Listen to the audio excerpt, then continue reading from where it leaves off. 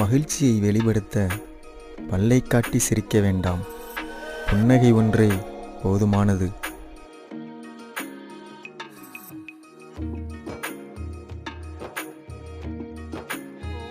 முட்டாள்களின் தோழமையை விட ஒருவன் தன்னந்தனி ஆளாக வாழ்வது மேலானது. நிந்தனைக்கு ஆளாகாத மனிதன் உலகில் இருக்க வாய்ப்பே இல்லை.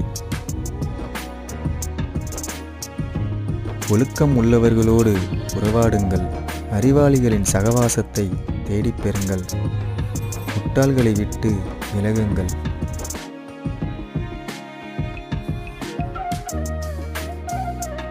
செய்ய இயலாது என்று எண்ணி நற்செயலில் ஈடுபடாமல் இருக்காதே. இயன்ற நன்மையை பிறருக்கு செய்வாயாக.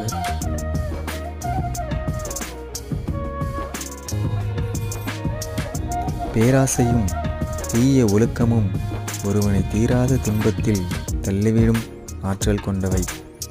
அமைதியை விட ஆனந்தம் வேறில்லை. சரணாகதியே வலிமைமிக்க பிரார்த்தனை.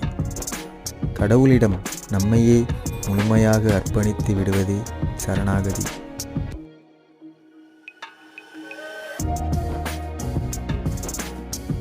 உலகை நடத்துபவன் ஒருவன் இருக்கிறான்.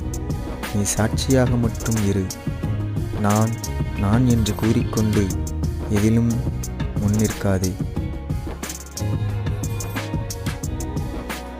மனிதன் எந்த அளவுக்கு பணிவுடன் நடக்கிறானோ அந்த அளவுக்கு நன்மையும் உயர்வும் உண்டாகும்.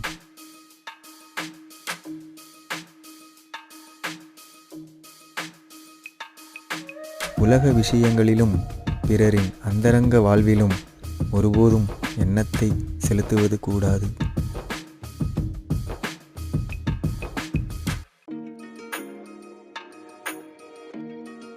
பலமில்லாதவன் என்றோ தீயவன் என்றோ உன்னையே நீ தவறாக மதிப்பிட்டு கொள்ளாதே.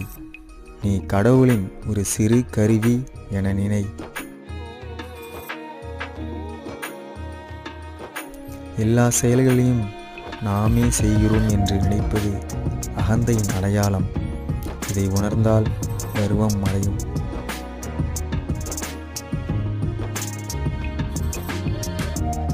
கருமித்தனம் ஒருவனுடைய எல்லா நற்குணங்களையும் அழித்துவிடும் தன்மை கொண்டது.